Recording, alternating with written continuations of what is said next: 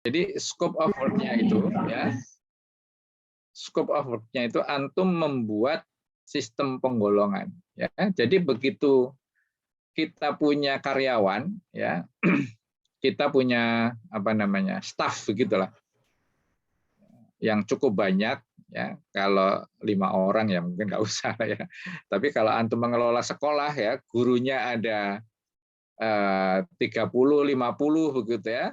Kemudian tenaga adminnya atau karyawannya ya, kalau di kampus kan namanya tendik ya, tenaga kependidikan ya, KTU segala macam itu administrasi itu ada 20 berarti berapa? Sudah hampir 100 orang lah. Ya, antum harus mengelola ya. Makanya supaya gampang ya, nggak ditanya-tanya, Pak, kapan saya naik golongan? Pak, kapan saya naik pangkat? Kalau ketemu kayak gitu sama orang-orang kan repot juga kan? Makanya pakai sistem. Ya, bikin golongan yang paling rendah itu berapa, yang paling tinggi berapa, ya gitu. Yang kemarin saya sempat tulis ya, misalnya pakai 1, 2, 3, 4, 5. Ya, yang paling rendah 1, yang paling tinggi 5, ya. Wah, kok terlalu cepat ya. Jangan dijembreng 1 sampai 20 kelamaan gitu ya. Maka orang akan lebih senang begini, 5 golongan saja, 1, 2, 3, 4, 5. Tapi 1 ini apa? 1A, 1B, 1C. Ya, 2A, 2B, 2C. Dan ini menyangkut leveling. Gitu. Oh, 1 ini untuk pekerja kasar, gitu kan. 2 ini untuk pekerja admin, tapi clerical misalnya. 3 ini sudah mulai yang sifatnya mikir-mikir, gitu kan. Ya, 4 misalnya apa, 5 apa gitu. Ya. Jadi saya kasih contoh misalnya ini ya, saya membuat penggolongan jabatan. Ini sudah lama ya, tahun 2009 ya. Jadi saya membuat 1, 2, 3, 4, 5, 6, 7 ya, sampai 7. Nah, ini 1 sampai F, 2 sampai F, 3 A sampai F. Nah, ini mulai level yang berbeda, ini saya kasih warna kuning ya. Nggak banyak-banyak ya, 4A sampai 4D, sampai 4F tapi dibagi 2 ya. Kemudian 5A, 5B ini juga dibagi 2. Nah, ini sebetulnya tidak ada rumusnya ya. Intinya antum ini membuat leveling aja, hierarki dari yang paling rendah ke paling tinggi. Ya. Misalnya yang orang yang nggak punya golongan ya, ini saya kasih non golongan, worker. Ya, ini bangsanya tukang sapu apa-apa itu ya, pemanen.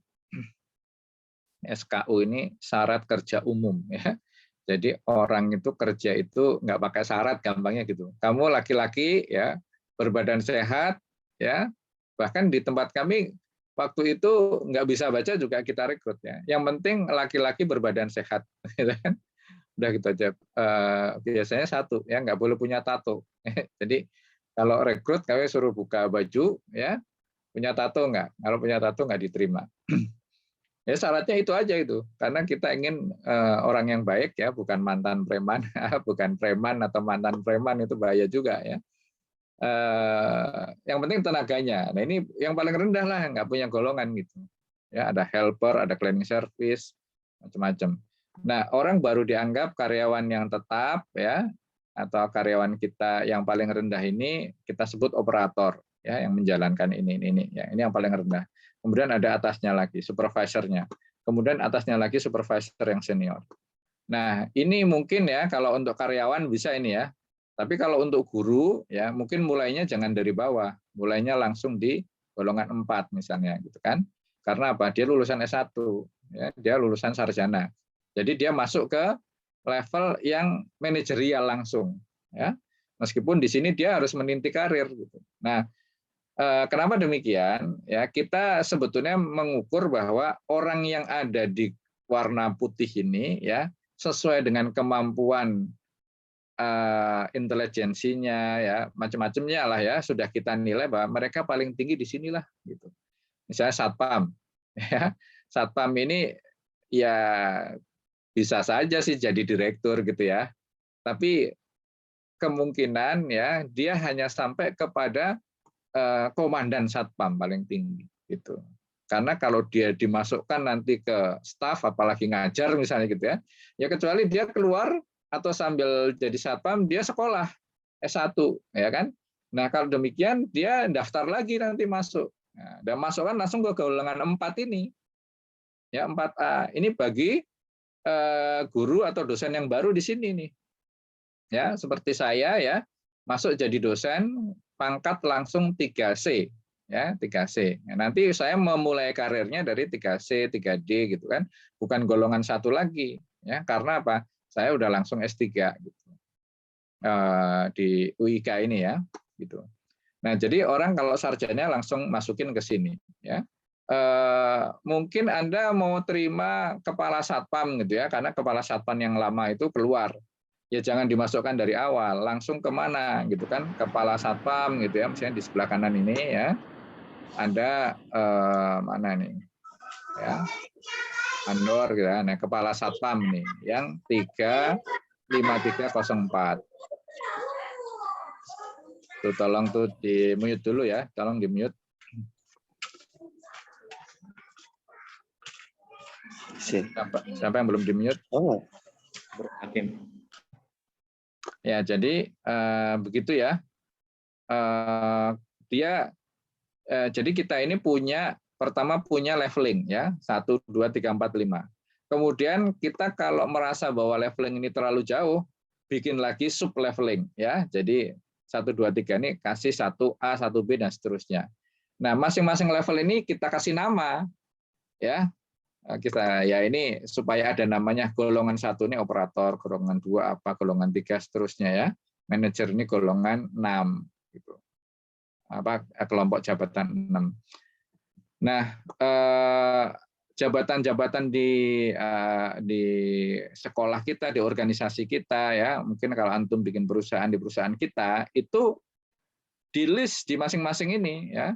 Kalau saya di perkebunan kelapa sawit itu ada bagian kebunnya sendiri ya, tanaman, ada bagian pabrik, ada bagian teknik ya yang ngurusin soal itu alat-alat berat, ada bagian administrasi ya, ada ini stafnya bos ini di sini. Nah, ini boleh aja di sini, tapi kalau sedikit gabung aja di satu ya.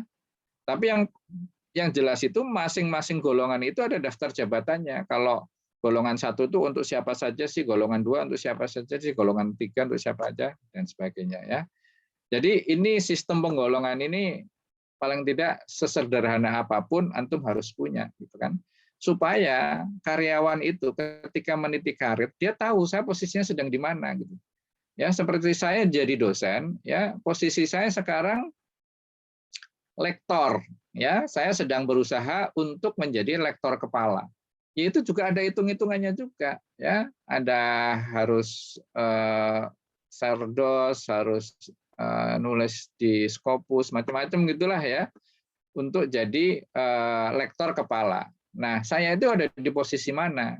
Saya ada di posisi 2 dari kepangkatan, ya. Pertama staf ahli ya. Jadi kalau dosen pertama kali masuk ya S2 itu ya, sekarang S1 udah nggak boleh ada. S2 pertama kali masuk itu pangkatnya adalah staf ahli. Kemudian naik menjadi lektor, naik lagi menjadi lektor kepala. Ya, terakhir jabatan tertinggi di akademik itu guru besar gitu. Nah, kalau ini tergantung antum mau bikinnya berapa gitu. Ya, kalau karyawan antum banyak, ya dibikinnya makin banyak aja supaya jangan terlalu repot nanti Anda ngurusinnya gitu ya. Itu kira-kira ini yang disebut dengan tadi sistem penggolongan atau jabatan. Ya. Kemudian sistem remunerasi. Ya. Jadi setelah kita golongkan, dengan adanya sistem penggolongan seperti ini, sebetulnya kita sedang memberikan satu penghargaan ya. Artinya yang lebih tinggi penghargaannya lebih tinggi daripada yang bawah ya. Ya kan? Dengan membuat istilahnya kasta lah ya. Kasta, skala gitu kalau bahasa ini ya, skala ini kita ingin menunjukkan bahwa jelas di tempat kami itu. Jadi kalau jabatannya lebih tinggi, golongannya lebih tinggi. Gitu. Ya, value-nya lebih tinggi. Nanti akan ngaruh kepada gajinya gitu. Gajinya pasti akan lebih tinggi. Nah, itulah yang disebut dengan sistem reward. Nah, sistem reward dengan penggajian itu kalau antum tidak punya sistem penggolongan itu akan repot. Ya, si ini gajinya segini, segini, segini ya. Kalau 3 orang aja sih nggak apa-apa ya. Tapi kalau tadi 50 orang, 70 orang, ya antum harus pakai sistem. Gitu. Nah, sistem penggajian ya. Yang kedua apa tadi? Sistem remunerasi. Ya. Remunerasi ini total kompensasi ya, baik gaji maupun tunjangan-tunjangan. Nah, ini antum sebetulnya ya harus punya standar ya, standar pasar ya. Jadi contoh ini ya, kita harus bisa memetakan ya jabatan-jabatan di kita yang paling rendah sampai yang paling tinggi itu kalau dibandingkan dengan company market position ini di mana ya. Jadi misalnya sekolah Islam terpadu ya. Usahakan jangan terlalu beda gaji gurunya dengan sekolah yang lain. Kalau enggak nanti orang akan lari, orang akan kutu loncat ya. Setelah di sini ya kalau nggak enak, ya, resign, daftar ke tempat lain ya. Jadi seperti ini ya. Ini angka ini ya bisa didapat dari beli biasanya ya, beli. Tapi kalau guru saya kira nggak ada orang yang mensurvei itu ya. Ya tanya kiri kanan aja lah. Kira-kira rata-rata di daerah Jawa Tengah ini misalnya ya, guru-guru itu rata-rata gajinya segini ya. Kemudian kepala sekolah segini, wakil kepala sekolah segini dan seterusnya. Ini yang garisnya lurus ini ya, apa ini? Company trend line. Berarti punya kita ini, punya kita. Nah, yang titik-titik ya, ini adalah market trend line. Ya, jadi orang-orang itu menggaji ini di titik-titik. Ini kalau melihat perusahaan ini ya, untuk level yang bawah ya, misalnya tadi ya, mulai dari office boy sampai clerical itu dia di bawah pasar gajinya. Ya, di bawah pasar. Misalnya di sana gaji 5 juta ya atau 3 juta lah, kita 2 juta gitu. Nah, ini ya. Tapi sampai kepada level yang tinggi ya, level 8 ya, mungkin sudah mulai asisten manajer ya atau deputy manager begitu. Dia lebih tinggi nih perusahaan ini nih menggajinya ya. Coba dilihat ini yang garis lurus ini ya, itu company trend line-nya lebih tinggi daripada market trend line. Ini strategi. Ya, strategi yang diterapkan di organisasi kita. Antum boleh mencontoh ini, boleh enggak ya. Kalau kemampuan kita jauh di bawah pasar ya sudah taruh aja semua di bawah gitu kan. Tapi dengan resiko yaitu tadi ya, karyawan kita ini kalau tidak mempunyai semangat berjuang bersama ya, atau tidak diiming-imingi sesuatu yang bisa kita ikat, ya dia akan lari ke tempat lain ya. Tempat lain ada yang lebih bagus gitu ya. Nah, ini memang tolak ukurnya adalah perusahaan ya. Insya Allah kalau guru ini ada idealismenya lah ya, tidak kutu loncat seperti karyawan gitu ya. Atau di atasnya ya, kalau marketnya itu rata-rata titik-titik seperti ini, kita taruh aja gitu karena kemampuan kita ada gitu ya, lebih tinggi. Atau memaksakan juga bisa ya. Saya sekolah baru, kalau saya tidak mematok gaji gurunya lebih tinggi daripada sekolah lain, ya nggak ada yang mau ngajar di tempat kita ya. Seperti saya 2 kali ya setting perusahaan baru, itu saya merekrut pertama orang-orang yang sudah pengalaman ya. Kedua ya tentu gajinya lebih tinggi ya ketika dia pindah ke sini ya. Jadi saya naikkan 1 level ya, dianya senang ya, kita menggajinya sesuai dengan standarnya itu ya, tapi kita dapat orang-orang berpengalaman ya. Nah, ini contohnya kalau kita mau menaruh di atas. Kalau enggak Pak, orang enggak mau, ini perusahaan baru apa nih? Ini sekolah baru apa nih? Ini organisasi baru apa nih? Ya kan? Dia masih jelas enggak jelas masa depannya di tempat kita itu. Makanya kita mesti punya sistem tadi ya, penggolongan dan punya sistem penggajian. Dan gaji yang kita terapkan untuk level yang sama dengan organisasi atau perusahaan lain, sekolah lain, kita lebih tinggi loh gitu ya. Saya sudah survei di daerah Jawa Tengah ini ya, guru 5-6 juta lah, di sini 7 juta gitu kan untuk pengalaman kerja atau waktu ya pengalaman kerja yang sama. Nah, ini pertama mendefinisikan ini. Nah, kedua ini gaji ini biasanya tahunan ya, namanya TANI, total annual income. Jadi kalau bulanan ini nggak bisa diadu sebetulnya, harus dikalikan 12 dulu ya, terus ada THR atau enggak, ya pasti ya harus ada ya, karena ini wajib, ini perintah negara ya. THR ya plus bonus. Nah, bonus ini kadang-kadang ada, kadang-kadang enggak, kadang-kadang sedikit, kadang-kadang besar gitu ya. Biasanya ngitungnya TANI.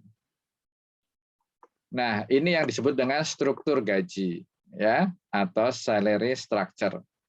Ini contoh saja ya. Jadi tadi kan kita bikin penggolongan ini dari golongan 1A, 1F, 2A, 2F, 3A, 3F dan seterusnya. Ini ada skala gajinya, ya. Jadi satu ini kayaknya juta ini ya. Ya, jadi 4 juta yang minimum ini ya, 1A minimum 4 juta ini ya. Kalau 400.000 kecil banget ya. 4.270 ya. Jadi paling rendah begitu masuk segini ya. Jadi teman-teman semua nih ya. Ini kan kita punya golongan nih 1A, 1B dan seterusnya nih sampai berapa tadi 5D ya. Dibikinkan seperti ini semua ya. Nah, dibuat minimum maksimumnya. Ya, minimum maksimum ya, ini dibuatnya begini dulu ya. Dari minimumnya berapa, maksimumnya itu berapa. Ya. Kita merasa bahwa kalau dia sudah mentok di golongan 1A ini dinaikkan ke 1B gajinya berapa gitu. Ya. Tapi tidak, jadi harus overlap nih Pak ya. Jadi saat minimum maksimum kemudian naik ke B ini overlap, jangan dilanjutkan dari maksimum ya. Nanti dia kelamaan naik golongannya atau naik gajinya kelamaan ya. Nah, ini ada Q1 median Q3 ya. Ini sekedar untuk ya nggak ada juga nggak apa-apa ini ya, yang 3 di tengah ini ya, Q1, Q2 dan Q3. Q2 ini disebut dengan median. Nah, ini sebetulnya cara ngitung minimum maksimum bagi 2 ya. 427 ditambah 640 bagi 2 hasilnya 535 gitu. Ini tengah-tengahnya lah gampangnya gitu. Median ini tengah-tengahnya dari minimum dan maksimum. Kemudian tengah-tengahnya minimum dengan median ya ditambahkan bagi 2. 427 ditambahkan 535 dibagi 2 hasilnya 480. Demikian pula yang Q3 ya. Ini kalau Anda punya karyawan 100 ini nanti dilihat dia masuknya itu di mana, golongan berapa, gajinya berapa sih gitu kan. Jadi jangan ada ini golongan 1 gajinya 7 juta. Berarti ini udah lebih ini. Ya, karena maksimumnya golongan 1A itu 640. 7 juta, berarti dia sudah di bawah ini. Ini keliru nih waktu itu nih gitu ya. 7 juta ini bisa masuk di mana nih? Golongan 1F. Ya, 1F sudah Q3 sampai maksimum itu. Ya kan 665 ya 1F ini sampai 725 ya. Jadi kalau Anda mendapati karyawan Anda kok gajinya 7 juta, ya masukkan golongan 1F gitu. Bisa 1F, bisa 2A, bisa 3 dan seterusnya. Tapi kan karena dia dari 1A ya, taruh aja di 1F yang paling minimum. Nah, sebelah kanan ini dikalikan 12 ya. Jadi yang ada di sebelah kiri bulanannya ini dikalikan 12 ya, supaya kita bisa tahu gaji orang itu tahunan ya. Kalau dalam industri orang itu menghitung gaji itu tahunan ya, setahun berapa, karena nanti akan kena pajak atau tidak ya. Begitu ya. Ini supaya antum ada patokan ya. Dan biasanya nih ya, biasanya setiap tahun berubah. Karena apa? Karena 1A yang paling rendah ini biasanya UMP nih, ya. UMP misalnya 427. Nah, kalau perusahaan industri itu nggak boleh menggaji di bawah UMP, ya. Kalau di luar industri kan aturannya kayak guru kan dari Dikbud gitu ya, mungkin ya di bawah 4 juta gitu ya. Tapi itu tidak akan ditegur karena masing-masing ya punya wilayahnya ya. Tapi kalau dalam industri ya, yang tiap bulan harus lapor Depnaker, ada karyawan gajinya 3,5 juta, ya ditanyakan itu, kenapa kamu menggaji karyawan di bawah UMP gitu. Jadi yang ditaruh di paling rendah ini yaitu gaji golongan A minimum ya, itu harus UMP. Nah, tahun depan kan UMP-nya naik ya. Setiap tahun UMP itu naik, upah minimum provinsi itu naik, maka dia ikut naik ya. Berarti angka-angka ini semuanya ikut naik gitu. Ya, jadi salary structure ini dibuat tahunan. Ini apa namanya? Remunerasi ya. Ini kayaknya belum selesai ya. Nah, reward management itu biasanya selain tadi dibedakan masing-masing orang gajinya berbeda, itu kalau ada kenaikan gaji, ya itu harus nyambung kepada penilaiannya itu, ya. Kemarin kita sudah bicara ya bahwa setiap 6 bulan itu karyawan atau setiap tahun lah ya, atau setiap 6 bulan juga boleh itu dinilai ya dengan sistem ini nih. Ya, pokoknya ada kriteria apa terserah antum lah ya. Yang paling rendah itu misalnya pakai 1 sampai 1 2 3 4 5 6 7 8 ya. 1 sampai 8 juga boleh. Ya, pakainya angka atau A B C D E F G ya gitu juga boleh. Seperti nilai mata kuliah itu kan gitu ya. Yang paling bagus A. Terus AB, B, BC, C, CD, D dan terus terang ya sampai terakhir E ya kalau nggak salah. Nah, ini di tempat saya dulu pakainya kata-kata ya, istimewa, baik sekali plus, baik sekali, baik plus, baik, cukup plus, cukup dan seterusnya. Nah, ini kalau karyawan ini dinilai, ini ada dalam bagian performance management, maka harus dikaitkan dengan reward management gitu. Jadi buat apa dinilai kalau nggak dikasih recognition ya, apa penghargaan, apa hukuman gitu ya, harus dikaitkan. Jadi setelah dapat nilai-nilai ini, misalnya si Amir dapatnya baik sekali, ya, si Budi dapatnya baik plus, ya, si Hakim misalnya ya, B dan seterusnya. Ini nanti ngefeknya di mana sih nilai-nilai itu? Ya, usahakan dia ada pada salary increase atau kenaikan gaji tahunan ya. Nah, ini contohnya misalnya ini ya. Ini pada tahun 2005 ini ya, kami mungkin golongannya ada golongan 1 sampai 3, golongan 4, golongan 5 gitu ya. Ini yang saya urus ya.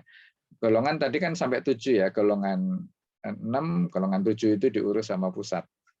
Nah, yang saya urus sendiri di perusahaan yang saya tangani ini adalah golongan 1 sampai 5. Ya. Nah, salary increase ini ya apa namanya? Kok nggak ada ininya ya? Aduh, saya salah ngopi ini. Tapi nggak apa-apa ya. Jadi golongan 1 sampai 3 ya, itu merit ini tadi, penghargaannya itu berapa? Misalnya dia dapat B, ya naik 3% misalnya gitu kan, atau 4% gitu, dan sebagainya. Ya. Nah ini strukturnya seperti ini. Ya pertama general increase dulu, ya ditambah merit increase, namanya total increase gitu. Ya. Sebelum ke sini saya masukin ke ini dulu ya, ke apa namanya basic policy. Jadi ini skopnya ada 3, penggolongan remunerasi sama reward and punishment. Kemudian basic policy-nya adalah semua kebijakan remunerasi harus sesuai dengan peraturan ya perundang-undangan di bidang perpajakan ya, dan ketenagakerjaan yang berlaku. Misalnya di atas PTKP ya, penghasilan tidak kena pajak, berarti dia di atas itu ya harus bayar pajak gitu. Ya. Makanya kalau di UIK itu apa namanya diusahakan supaya gajinya di bawah PTKP gitu sehingga nggak bayar pajak.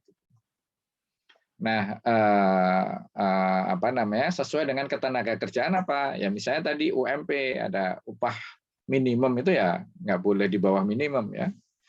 Kemudian yang di daerah pun harus menyesuaikan ya. Kalau kita punya cabang di apa namanya Kudus misalnya ya, ya Kudus punya UMP sendiri gitu, yang biasanya lebih tinggi daripada Jawa Tengah, misalnya gitu.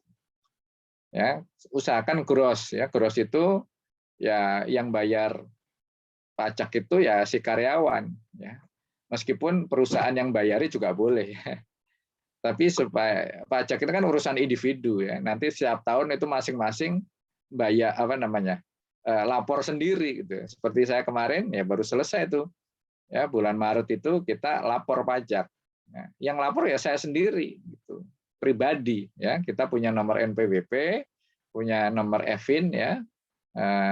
Macam-macam gitulah kalau mau laporan itu. Ya, saya juga dibikinin keponakan itu. Ya. Makanya sistemnya gross karena yang bayar adalah karyawan, ya, atau guru atau siapapun dosen itu, ya. Kalau sistem gross itu artinya yang bayar pajaknya karyawan itu sendiri, ya. Jadi kita organisasi, perusahaan, yayasan yang memotong dan membayarkan saja gitu.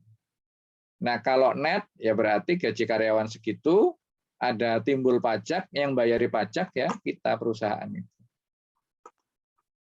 Nah, kita harus punya struktur gaji, ya tadi ya sudah diinikan, kenaikan gaji dan bonus, kemudian soal fasilitas dan benefit ya. Kita kan kemarin sudah belajar ya bahwa gaji itu kalau bisa jangan semuanya dalam bentuk uang. Ya. Kasih fasilitas-fasilitas lah gitu. Ya. Misalnya kalau sudah kepala sekolah kasih mobil dinas, Avanza misalnya itu kan. Kalau sakit ya dirujuk ke rumah sakit kelas A misalnya atau kelas B gitu. Ya. Nanti di bawahnya itu ada lagi apa kalau staf itu ya ke puskesmas dan sebagainya. Dibikin struktur gitu ya. Ini sebagai bentuk reward ya, bukan kasta ya. Bukan kasta supaya apa? Supaya yang di bawah itu termotivasi untuk bekerja keras dan naik pangkatnya gitu. Ya. Jadi enak juga jadi manajer ya. Kalau sakit ambulan datang misalnya gitu. Nah, itu fasilitas dari perusahaan itu. Nah, boleh itu diberlakukan fasilitas itu.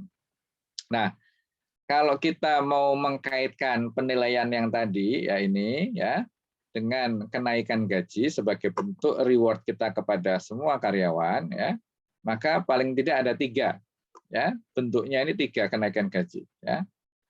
Ya naikkan gitu aja juga boleh ya. Gajinya berapa? 5 juta ya. Sekarang saya naikkan 5.500.000 lah, ya boleh gitu ya. Tapi itu kalau karyawannya 3 atau 5 ya. Tapi kalau karyawannya 100 bagaimana gitu. Pakai golongan tadi. Jadi kalau golongan 1 sampai atau setiap ini juga boleh. Golongan 1 naiknya 5. Golongan 2 naiknya 5,5. Golongan 3 itu boleh ya. Tapi biasanya karena tadi ya ini biasanya 1 ini yang warna putih ini satu level lah ya dibagi 3 atau 4 gitu. Makanya ini kenaikannya kita samakan. Nanti baru di atas yang kita bedakan. Jadi yang karyawan itu naik semua itu namanya general increase. Ya, jadi naiknya sama semua. Ya, itu biasanya sesuai dengan inflasi. Anda tahu inflasi kan ya? Inflasi itu kenaikan barang-barang yang disurvei oleh BPS ya. Kalau tidak salah 9 bahan pokok, tidak semua barang ya. Kalau handphone harganya naik tinggi ya itu tidak termasuk karena itu bukan 9 bahan pokok ya. Ada apa itu ya? Ada minyak sayur, minyak goreng, kemudian ada beras, ada apa gitu, ada 9 bahan pokok itu dicek di harga pasar induk misalnya ya di masing-masing kota, makanya beda-beda itu per provinsi ngitungnya. Misalnya inflasi 5% gitu ya. Ya. Itu minimal karyawan itu mestinya dinaikkan gajinya 5%. Kenapa? Karena kalau harga naik, gaji kita tetap, penghasilan kita kan turun, ya nggak? Dulu beli minyak goreng berapa sih? 14.000 ya, ya kan? Kita bisa dengan gaji kita 14.000. Nah kalau tahun ini gaji kita nggak naik, harga minyak goreng menjadi 25.000, maka uang kita berkurang, begitu loh. Harusnya dinaikin sesuai inflasi. Inflasinya berapa sih bulan Januari itu? Bulan Desember misalnya kita kan naikkan gaji itu bulan Januari misalnya. Desember dilihat selama setahun, 5%. Ya sudah kita naikkan dulu semua 5%. Nah dengan kenaikan gaji 5% itu sebetulnya karyawan tuh gajinya tetap karena harga-harga naik, gitu. Nah kalau gitu kita kerja bakti dong, ya setahun kerja ya sama aja kondisi kehidupan rumah tangganya.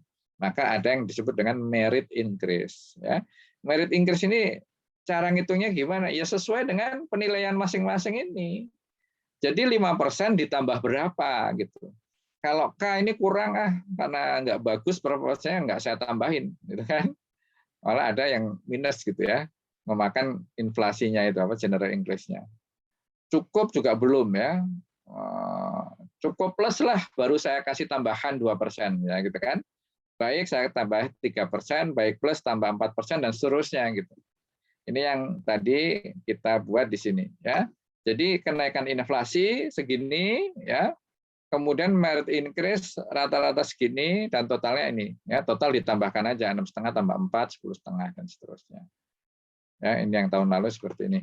Nah, tadi kok ada yang K, C, C+, B+, mana? Ya ini rata-rata dari 4. Pokoknya saya jatah golongan 1 sampai 4 ya. Itu rata-rata golongan 1 sampai 3, rata-rata 4% dah gitu. Nanti silahkan diatur sendiri ya, yang IST-nya berapa, BS plus berapa, BS berapa, B plus berapa, B berapa dan seterusnya. Ya, tapi rata-rata pokoknya 4%. Ya. Nah, golongan 4 3% gitu. Nah, silakan diatur sendiri masing-masing penilaian karyanya. Kenapa makin tinggi? Ya, kenaikan gajinya makin rendah. Ya, ini golongan yang rendah 10,5% kenaikan rata-rata total ya.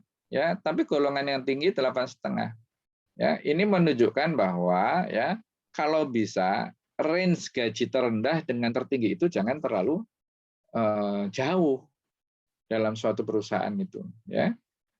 Itu akan memicu kesenjangan dan itu nanti akan menimbulkan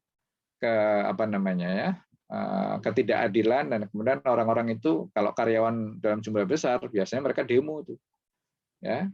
Misalnya kalau di BUMN itu ya karyawan terendah UMP ya, berapa UMP? 5 juta lah gampangnya gitu ya.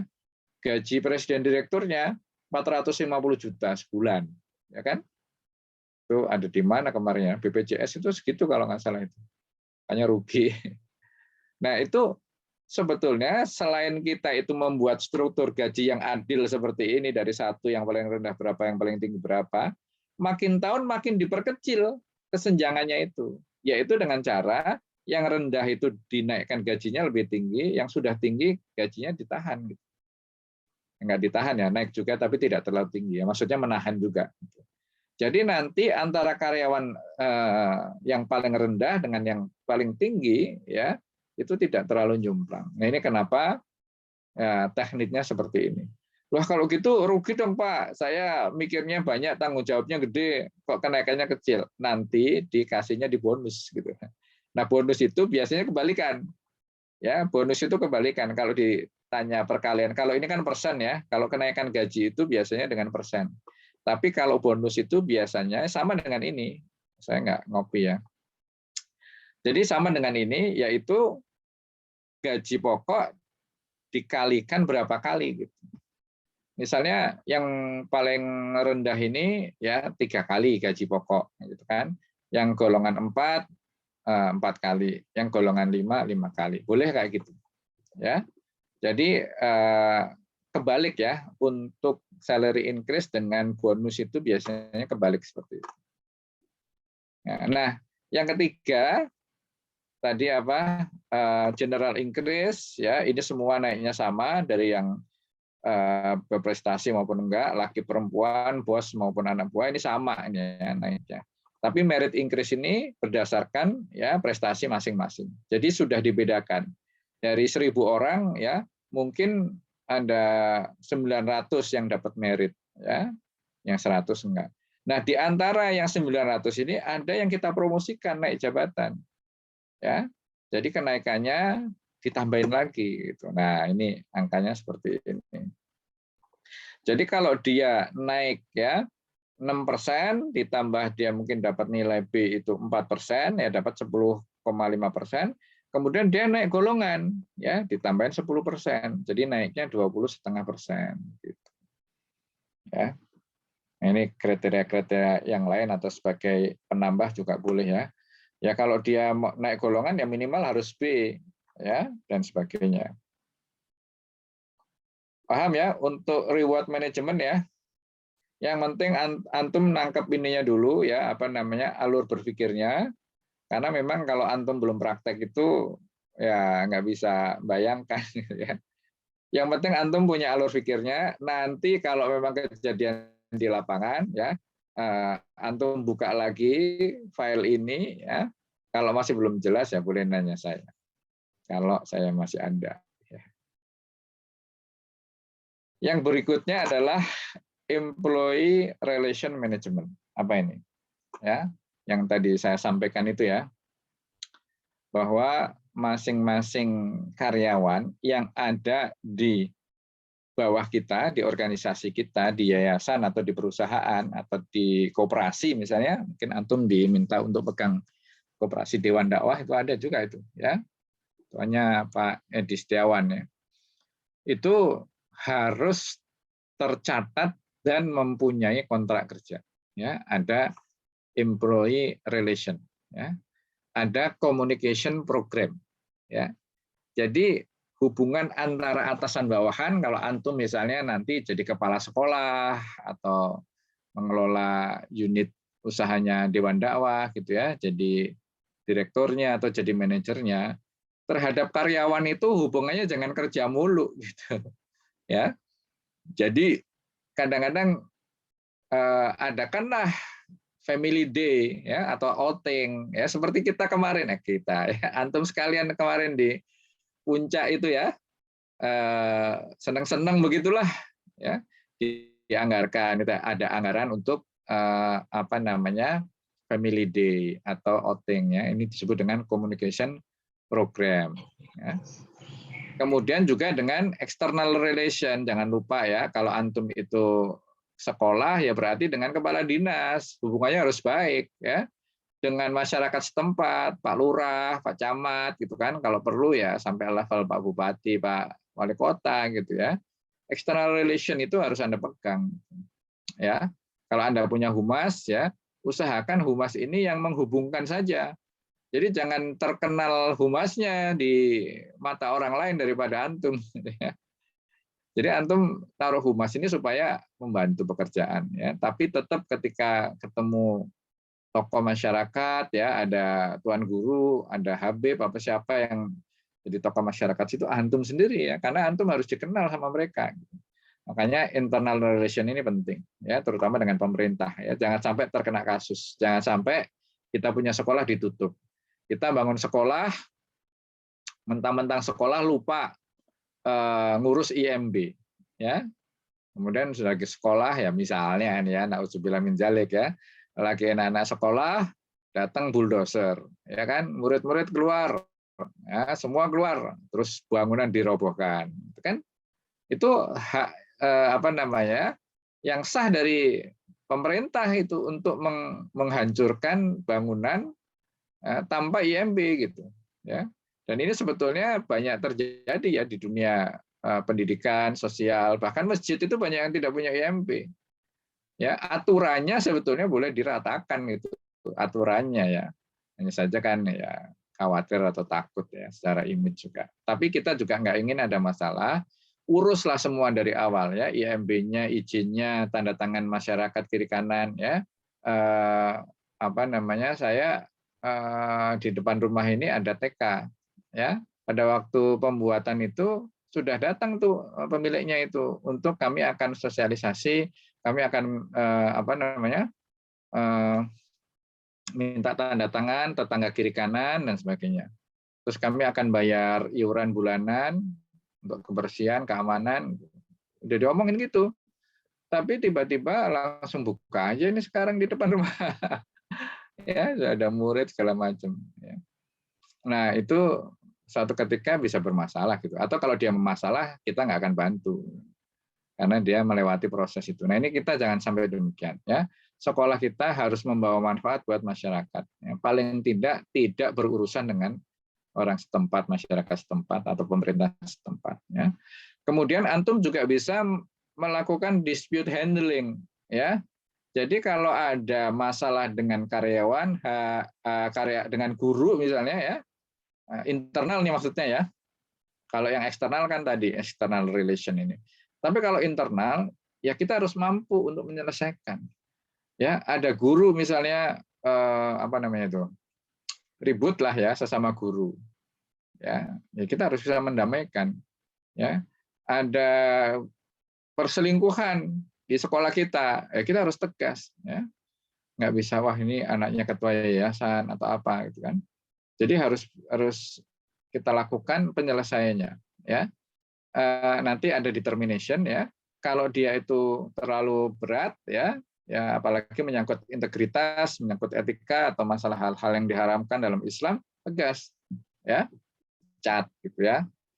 Mau siapa, mau apa, backingnya apa, ya, Anda selingkuh, Anda minum minuman keras, berjudi atau apa, ya, cat, misalnya kayak gitu. Itu sih gampang ya. Yang susah itu yang abu-abu gitu ya. Mau mecat itu ya kasihan, ya dipecat itu bermasalah gitu.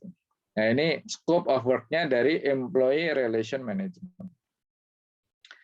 Basic policy-nya adalah ya setiap organisasi harus memiliki fungsi organization relation ya. Jadi kita ya sudah membuat struktur kepala sekolah, wakil kepala sekolah, kemudian macam-macam sampai di bawah ya. Itu harus punya hubungan satu sama lain ya. Atasan bawahan itu yang mana? Penting itu ya. Jadi ketika mengangkat guru ya atau mengangkat karyawan lah gampangnya gitu. Itu harus disebutkan pangkatnya apa, jabatannya apa, atasannya siapa. Nah, itu hierarki itunya harus jelas ya. Karena dia harus bertanggung jawab kepada siapa. Itu harus ditunjukkan di SK pengangkatan itu. Ya. Ini penting ya. Karena nanti kalau ada perselisihan, kita itu ngikutin itu. Tadi dispute handling itu ya, ketika ada karyawan bermasalah karena apa itu, kita mecat nih, Pak, mecat apaan Bapak ini mau kontrak perjanjiannya aja nggak ada, terus ada gitu kan? Ternyata ini yayasan lama ini, nah, gitu. Jadi ketika ada sekolah dilimpahkan ke yayasan yang baru, semua kontrak kerja harus diganti. Ya mikirnya gini, kalau nanti ada masalah, hubungannya dengan kita, bukan dengan yang lama gitu. Ya, jadi semua harus diperbaiki. Makanya ini harus punya ya organizational relation itu adalah hubungan antara karyawan dengan pimpinan ya secara jelas yang itu dituangkan di dalam kontrak perjanjian kerja. Nah, ini perlu nggak perlu ya ada organisasi karyawan ya. Misalnya ikatan karyawan ya, sekolah apa ya, ya boleh aja, nggak ada juga nggak apa-apa gitu ya. Tapi yang penting di nomor 2 itu ketika karyawan kita mau membuat organisasi ya di dalam ya itu tidak boleh dihalang-halangi. Ya. Ikatan karyawan apa gitu boleh ya, koperasi syariah ya boleh gitu kan. Kenapa demikian? Itu untuk partner ya, untuk partner dari manajemen ya. Ketika ada masalah-masalah ya kita hubunginya ketuanya. Ya, itu ada karyawan yang nggak berprestasi, datang siang ya tidur saja, kemudian jelang asar pulang, kan? Kita mau pecat nih, tapi sebelum kami pecat ya, kamu ini dulu deh, kasih tahu dulu ya gitu kan. Jadi si organisasi karyawan inilah yang nanti akan membantu manajemen ya. Tapi biasanya organisasi karyawan ini belain karyawan benar atau salah gitu ya. Ya, yang penting itu dia anggota kami. Ya, walaupun salah kami bela gitu. Biasanya ya. Makanya harus dideketi ini organisasi karyawan ini. Ya, ini buah sikama-kama ya. Buat perusahaan mendingan nggak ada ya, tapi secara konstitusi ya pemerintah sudah melarang ya siapapun untuk menghalang-halangi pembentukan organisasi. Ya, itu kan ada di dalam UUD 45 ya. Apa itu namanya? Berserikat itu apa? Berkumpul, berserikat dan apa itu. Itu nanti kalau nggak melanggar itu. Ya. Nah, kemudian ya teman-teman semua, ini penting nih ya seperti halnya antum tadi datang membereskan hal yang remeh-temeh di awal itu ya. Yang penting harus ada ini peraturan. Peraturan yang berlaku. Kalau perusahaan ya peraturan perusahaan. Ya, kalau sekolah ya peraturan sekolah. Ya, yayasan peraturan yayasan. Ya, koperasi peraturan koperasi. Ya. Jadi sudah ada atau belum? Nah, ketika Anda mau membereskan, ini sesuai nggak sih aturan di sini? Ya, ini kok orang kadang-kadang datang jam 8, ada yang jam 9, ada yang jam 2 baru datang. Ya. Lihat dulu aturannya sebelum Anda marah-marah. Jadi lihat aturannya. Kalau perlu Anda datang, ya hari pertama datang, ya sebelum Anda minta rapat, ya Anda minta bikinin kopi dulu, ya tolong saya berikan aturan perusahaan di sini, ya aturan yayasan, aturan sekolah. Begitu dikasih, Anda pelajari, gitu. Ya, jadi jangan langsung rapat dulu, ya kita ada bahan-bahan SK-SK yang ada mana, gitu ya, peraturan-peraturan internal, baru kita ngomong. Ya, kalau ada orang datang jam 2, kemudian Anda marahin, kamu kerja apaan jam 2 baru datang, ya. Ternyata Pak, saya kerja shift 2, Pak. Ternyata dibagi 2 shift, ya. Yang satu jam 7 sampai jam 2, ini jam 2 sampai jam 8 malam misalnya gitu. Jadi aturan-aturan itu harus ada dan dibukan. Nah, tadi ada yang datang nambah 9, 8, setengah 9, ada yang jam 10, ya. Nah, ini karena orang udah biasa ini. Orang lama-lama itu datangnya jam 10 misalnya. Nah, itu Pak jam 10 tapi dia bukan karyawan, ya. Dia konsultan misalnya gitu. Orang yang ditempatkan dari pusat, bukan karyawan kita, Pak, misalnya gitu. Ya, tapi yang jelas harus ada aturan ini. Kalau belum ada, ya sudah bikinin dulu gitu. Sebelum membereskan, Anda bikin dulu aturannya, ya, terapkan, tungguin gitu. Nah, ini penting ya. Setiap organisasi harus punya peraturan, ya. Sekecil apapun. Nah, itu ya tergantung sekuat apapun Anda mau mengatur, ya. Ya. Kalau sekecil-sekecilnya itu, kalau saya misalnya dulu tidak boleh terlambat, ya. Jam kerja itu jam 8. 8:01 sudah merah itu absennya, ya. Nanti kalau terlambat lebih dari terlambat 1-2 menit, ya itu kita punya poin, ya, dipotong 10, kemudian 5 menit sampai 10 menit, ya itu sampai sedetil itu tuh, ya. Potongannya berapa, ya, ini terah. Antum akan mengatur semua aturan-aturan gitu kan. Jangan terlalu global dan juga jangan terlalu kecil, rigid gitu ya. Terlalu global mungkin Anda nggak bisa menjaring, ya. Terlalu rigid Anda sendiri yang repot. Ya, di tengah-tengah saja. Kalau karyawan Anda banyak, ya staf Anda banyak, boleh itu secara rigid, ya, karena ada yang ngerjain. Ini karyawan kita terlalu banyak, ya, kalau dipecat kasihan, ya. Udah suruh ngurusin itu aja, ya. Suruh ngurusin absen, jangan sampai orang terlambat, ya. Jadi atau terlambat hanya boleh dalam sebulan itu 3 kali, ya. Lebih dari 3 kali kita potong gajinya misalnya gitu ya. Jadi sudah kedua, ya ini mau ketiga nih atau mau masuk keempat, ya itu si orang ini suruh mendatangi atas, Pak, ini anak buah Bapak sudah 3 kali terlambat, ya. Kalau dia terlambat sekali lagi, Pak, dia bisa dipotong gajinya 10%, misalnya gitu ya. Mohon Bapak memberitahu, karena atasan ini nggak tahu buahnya terlambat atau enggak kan, ya tiba-tiba dia kerja aja, apalagi kalau atasnya datangnya juga telat, ya. Nah, jadi ada orang yang khusus ngurusin ini, ya. Itu kalau karyawan kita banyak, ya. Kalau disambi-sambi, ya mendingan nggak usah ngurusin yang kayak gitu. Ya. Kemudian organisasi harus memiliki program komunikasi internal khususnya untuk meningkatkan hubungan dengan ini tadi, ya. Ada family day atau misalnya sekolah kita mempunyai hari lahir, ulang tahun, ya. Ya. Ini terlepas dari bid'ah atau nggak bid'ah, ya. Itu untuk momen, Pak, ya, untuk momen mengumpulkan semua guru karyawan, ya, kalau ini sekolah, ya, atau semua karyawan kumpulkan jadi satu. Ya, kalau perlu ada pekan olahraga misalnya gitu kan. Ulang tahunnya tanggal 10, ya. Kita adakan pekan olahraga mulai tanggal 1.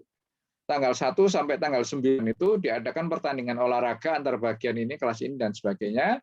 Nanti tanggal 9 sudah ketahuan gelarnya. Tanggal 10 kita adakan, ya, perayaan itulah, ya. Perayaan itu di Kementerian juara 1 siapa, hadiahnya apa. Begitulah kayak acara 17-an di kampung itu, ya. Nah, ini apa? Untuk mempererat hubungan kekaryawanan. Jadi mereka nanti akan merasa in group, berada di dalam grup ini dia nyaman gitu. Di dalam organisasi kita itu nyaman. Ya. Makanya ada orang yang gajinya kecil di satu tempat dia nggak mau pindah gitu, ya. Karena di sini suasana nyaman, enak lah gitu, guyup, apa istilahnya, gayeng gitu kalau orang Jawa bilang itu, ya. guyup gayeng. Nah, dibuatnya dengan kayak gini. Daripada Anda menaikkan gaji masing-masing orang ya, misalnya sekian ribu misalnya ya, naiknya 100.000, 200.000, itu kalau dikumpulkan itu dapat 5 juta lah misalnya gitu kan. Daripada naik gaji ini ya, udah mendingan kita buat family day aja gitu. Karena kadang-kadang orang naik 100.000, kok naiknya cuma 100.000 gitu kan. Macam-macam sih ya, ini strategi juga. Atau Anda bagi aja dari 100.000 itu naik 75, 25 Anda kumpulin untuk family day gitu kan, untuk perayaan-perayaan gitu. Jadi ini program-program di bidang ya industrial relation management.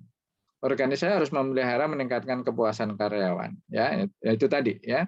Karyawan kita harus puas, harus nyaman, harus guyup ya, sistem penggajiannya, sistem kerjanya itu jelas semua ya. Di awal kan ada job desk-nya udah jelas. Kemudian di gajinya juga sudah jelas ya. Nanti dinilainya juga sudah jelas.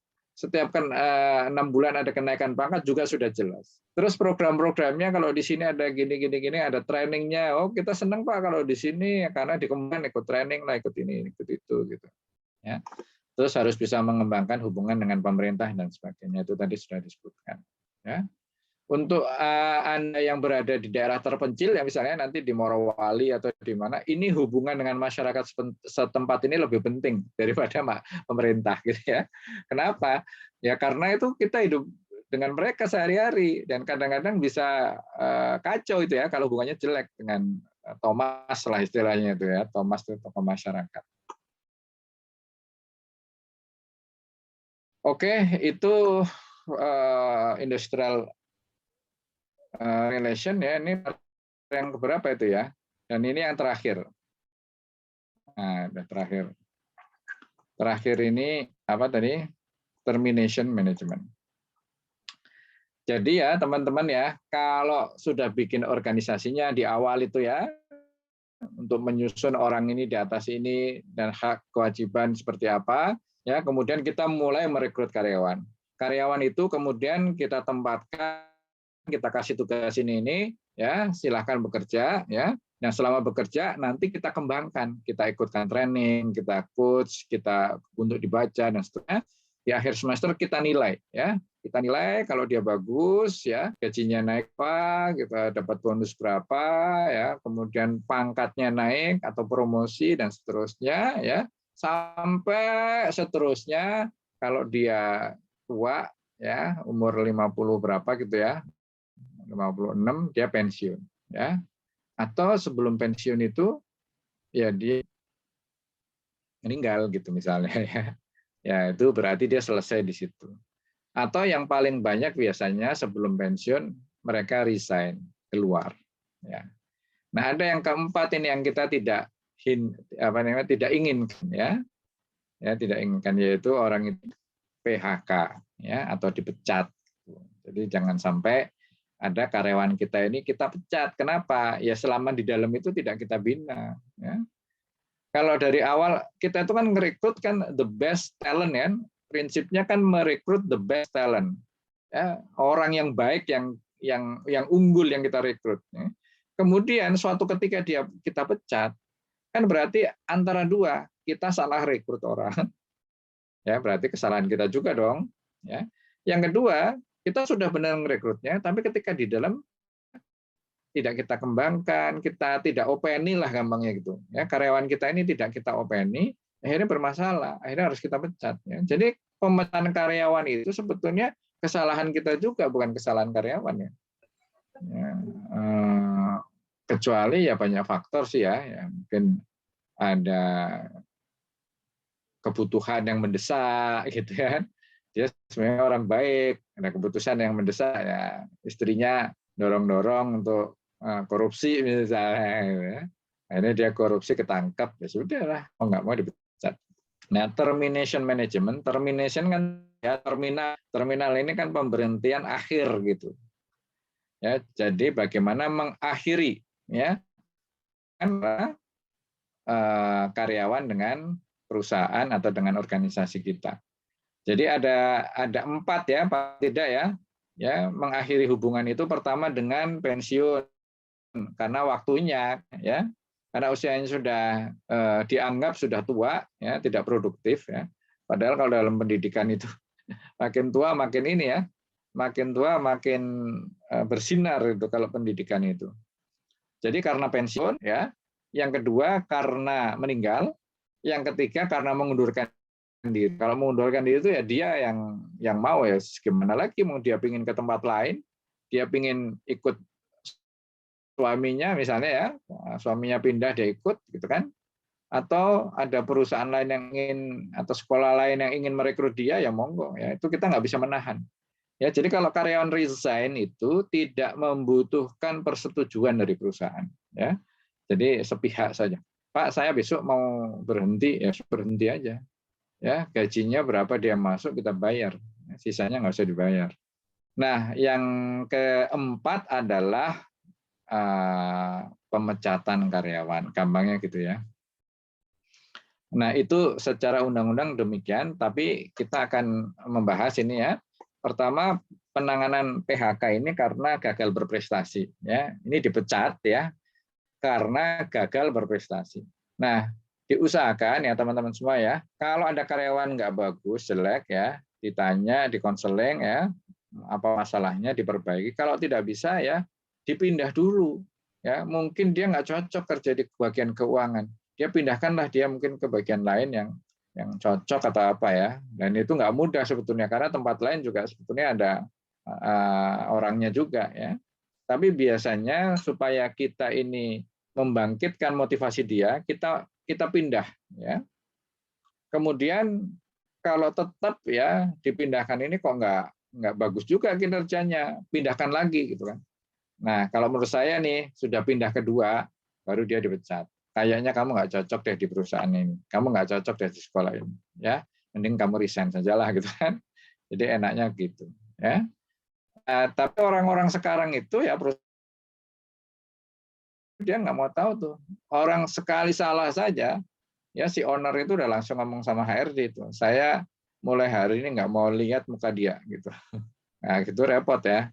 Harusnya kan dibina dulu, ya, ada masalah apa dia gitu dan seterusnya. Mungkin ada salah keluarga yang dia mempengaruhi kerja di kantor, ya, itu harus diselidiki lah gitu.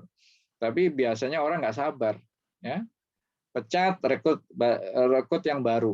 Nah kalau ini kan repot nanti, ya, kita juga yang repot kalau Anda jadi manajer HRD itu, ya. Nah, ini yang biasa pengalaman lapangan saya itu, bos maunya mecat terus minta ganti yang baru, ya. Ada juga yang beralasan supaya murah, ini karyawan lama ada masalah dikit, ya, kesempatan buat mecat karena gajinya udah tinggi gitu, ya. Ya, gajinya mungkin sudah 10 juta gitu, ya, atau 12 juta. Sementara kalau karyawan baru masuk, baru lulus, ya, masih seger, masih semangat, gajinya 5 juta gitu, ya. Atau 4 juta dibayar dia sudah senang. Nah, tapi yang repot adalah yang kita pecat itu kan sudah kita didik, ya, sudah kita trainingin, sudah kita bina. Nah, ini harus dari nol lagi. Meskipun dia murah, semangat, tapi ya banyak salah-salah. Ya. Akhirnya mungkin dia pegang alat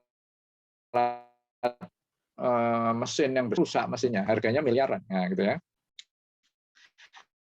Jadi hati-hati, ya, dalam menangani gagal berprestasi ini, harus dicek dulu, ya, kenapa masalahnya apa.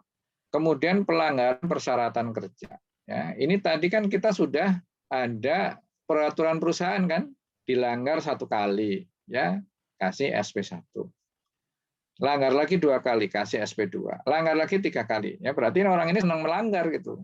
Ya, berarti orang ini tidak taat sama peraturan kita. Ya, begitu sudah SP3 maka kita PHK. Nah, itu karena pelanggaran persyaratan kerja.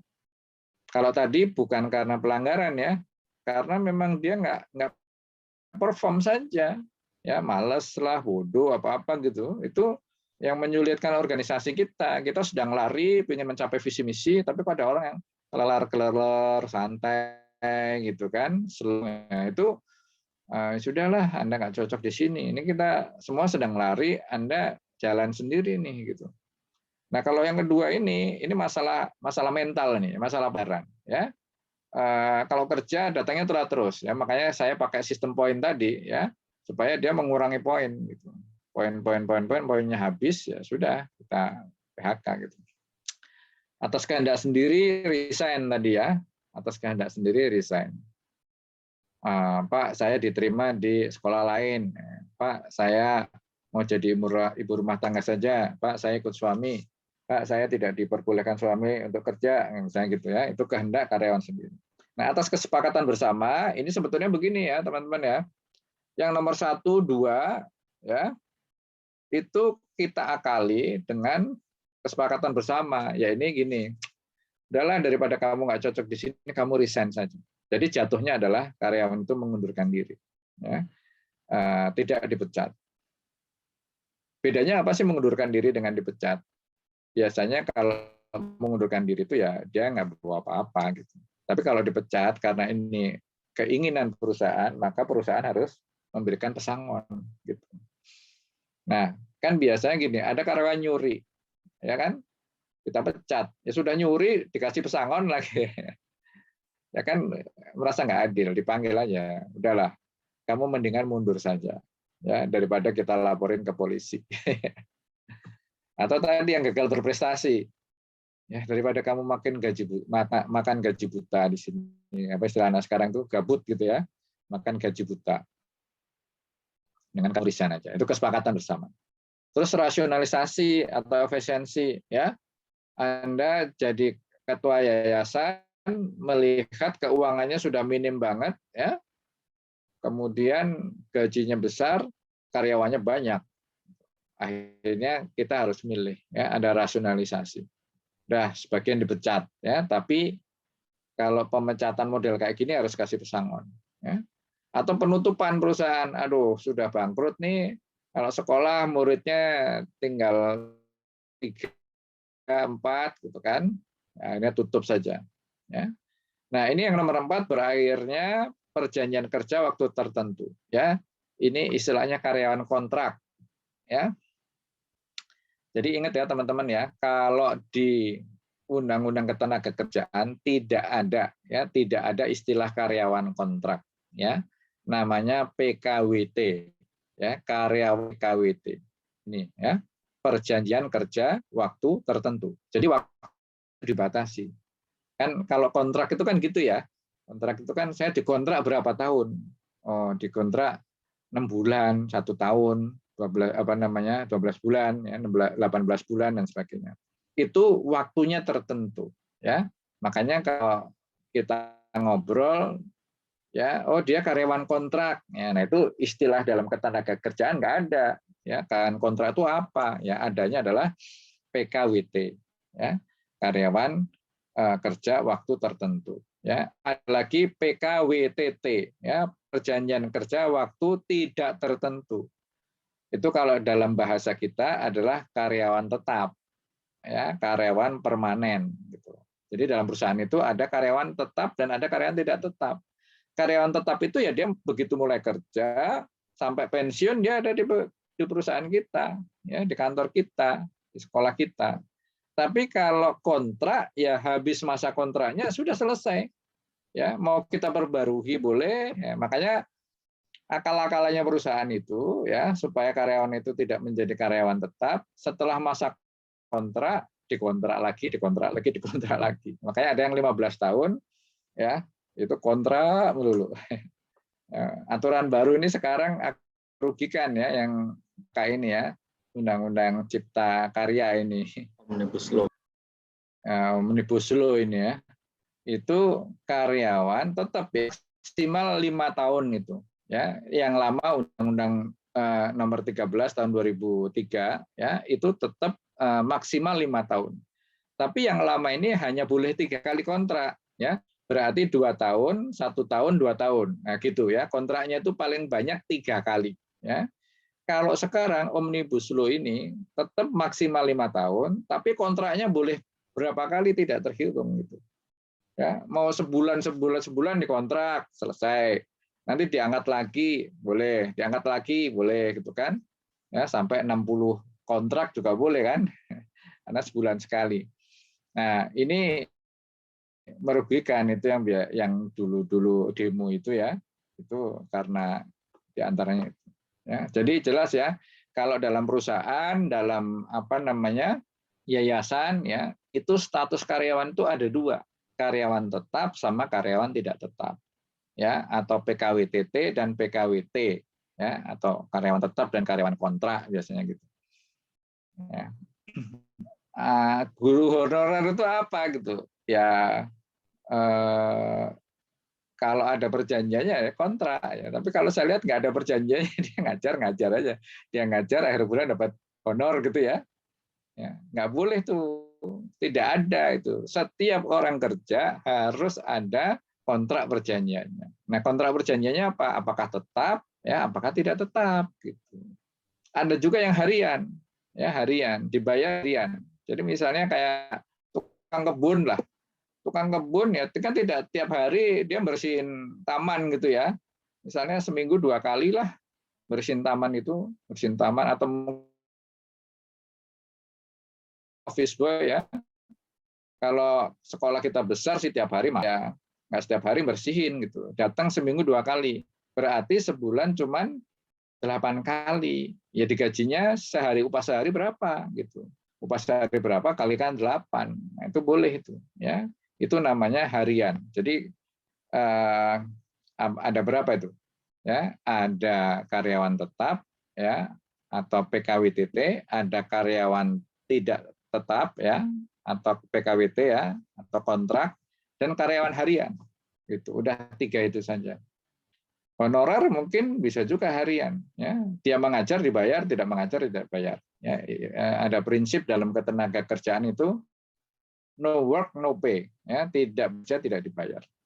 Kalau kita kan yang level manajemen itu biasanya dia tidak no work no pay ya. Misalnya sakit gitu ya.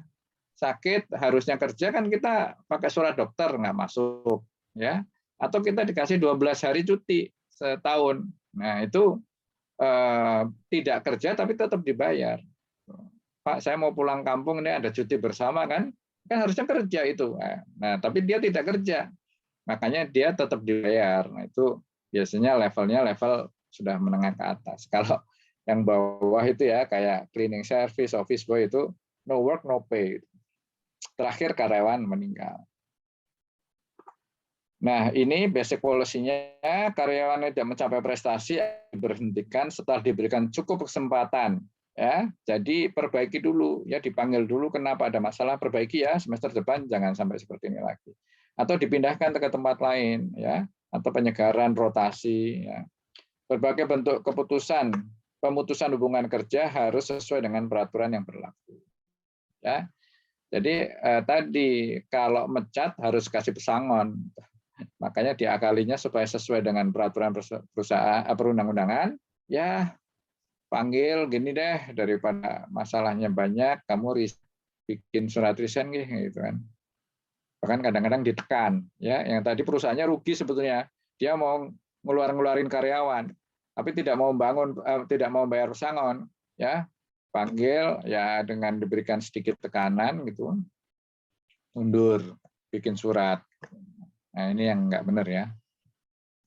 Kemudian terakhir, setiap PHK harus diikuti dengan proses exit interview atau exit clearance ya. Jadi kalau ada terutama karyawan yang resign ya, kalau yang meninggal kan nggak bisa diinterview. Kalau pensiun ya sudah lah, dia akan udah nggak kerja lagi. Yang penting ini karyawan resign itu kenapa kamu resign? Nggak Pak, saya diterima di tempat yang ini kok, yang lebih bagus kok, berapa gajinya? Ya, dia nyebutkan gitu-gitu.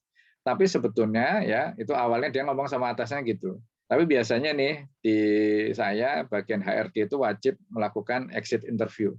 Jadi sebelum dia keluar ya, jadi semuanya sudah dibayar, ya, semua kewajib hak dan kewajiban sudah selesai. Pada saat dia menyerahkan apa misalnya laptop gitu ya, laptop kantor diserahkan ya ke kita lakukan exit interview. Ternyata di situ keluarlah semua unek-uneknya gitu. Sebetulnya Pak, saya nggak suka dengan kan bos saya, Pak, ini ada pelecehan seksual itu kan. Nah, kita kan bilang kok nggak ngomong dari awal, atau gitu kan kita sudah terlambat gitu. Nah, itu untuk perbaikan kita ya. kalau ada masalah-masalah karyawan keluar. Ya, karena menjadi kinerja orang HRD adalah turnover karyawan. Ya, ini kok guru keluar masuk, guru masuk, ini nggak benar ini, ya, nggak benar kepala sekolahnya, nggak benar sistem manajemennya, nggak benar penggajiannya, gitu kan, masuk keluar, gitu. Jadi nggak bagus. Makanya supaya tidak terjadi seperti itu dilakukan exit interview, ya. Jangan sampai kita kejadian terus seperti itu tidak melakukan perbaikan. Jadi exit interview itu ya untuk melakukan perbaikan ke dalam selanjutnya. Baik, itu aja ya. Ada yang mau didiskusikan dari manajemen SDM ini? Ya mungkin teman-teman belum punya gambaran ya, tapi saya yakin ilmu ini akan bermanfaat ketika nanti terjun di lapangan.